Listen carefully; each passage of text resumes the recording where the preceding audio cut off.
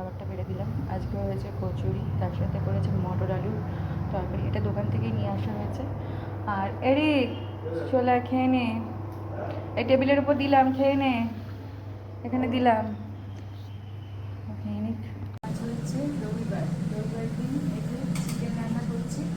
আর চিকেনের মধ্যে এটা কিন্তু কষানো হচ্ছে, কষানো থেকে কতটা জল বেরিয়েছে দেখো।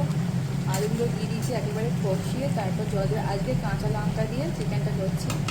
আর এদিকে ভাতটাও হয়ে গেছে, ফ্যানটা ঝরাতে হবে। আর আজকে কী করেছি চলো দেখায়, ওইদিকে আর এদিকে করেছি লাল শাক ভাজা, এদিকে করেছি উচ্ছে আলু ভাজা, আর স্যালাডটাও কাটবো। সন্ধ্যেবেলা বানাচ্ছি ঘুগনি, এটা তোমাদের সাথে শেয়ার করছি। তেলের মধ্যে দিয়ে দিচ্ছি জিরে আর তেজপাতা। মটরটা অনেকক্ষণ ভেজানো ছিল, তাই প্রায় সেদ্ধ হয়েই গেছে। এখানে দিয়ে দিলাম আদা রসুন টমেটো পেস্টটা। এখন এটাকে ভালো করে কষাতে হবে। দিচ্ছি হলুদ গুঁড়ো আর জিরের গুঁড়ো আর একটুখানি চিনি। এবার এটাকে ভালো করে নরম চরম করে কষিয়ে নিতে হবে। দিয়ে দিলাম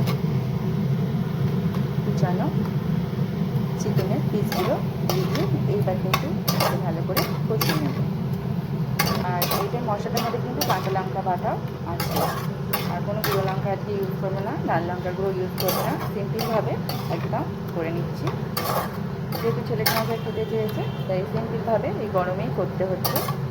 মধ্যে আমি একটুখানি টমেটো সসও দিলাম, আর গুঁড়ো লঙ্কাটা দিইনি, যেহেতু কাঁচা লঙ্কার টেক্সচার ছিল সেজন্য গুঁড়ো লঙ্কা দিইনি। আমার হয়ে এসছে। এখন ঘুগনিটা আমি মটরের ছোলাটা এর মধ্যে ঢেলে দিয়ে আমি ভালো করে নরম করে নিই। এটা আমি ঢাকা চাপা দিয়ে দেবো, আস্তে আস্তে হোক। হয়ে গেলে এখন আর ধনে পাতা তো নেই, যে উপর থেকে ধনে পাতা দেবো, একটুখানি গরম মশলা দিয়ে দেবো একদম ছিটাম ফোটা, যেহেতু গরমকাল বেশি গরম মশলা খাওয়া ভালো না, একটুখানি নামমাত্র দেবো। দিয়ে দিলাম নুন, দিয়ে একটুখানি নরম চরম করে নিই, পরে ঢাকা চাপা দিয়ে করবো আস্তে আস্তে। একটু পরিমাণে দিয়ে দিলাম গরম মশলা, যা গরম পড়েছে। আর এটা আমি ভিজিয়ে ফেলেছি যখন, সেই জন্য তো করতেই হবে।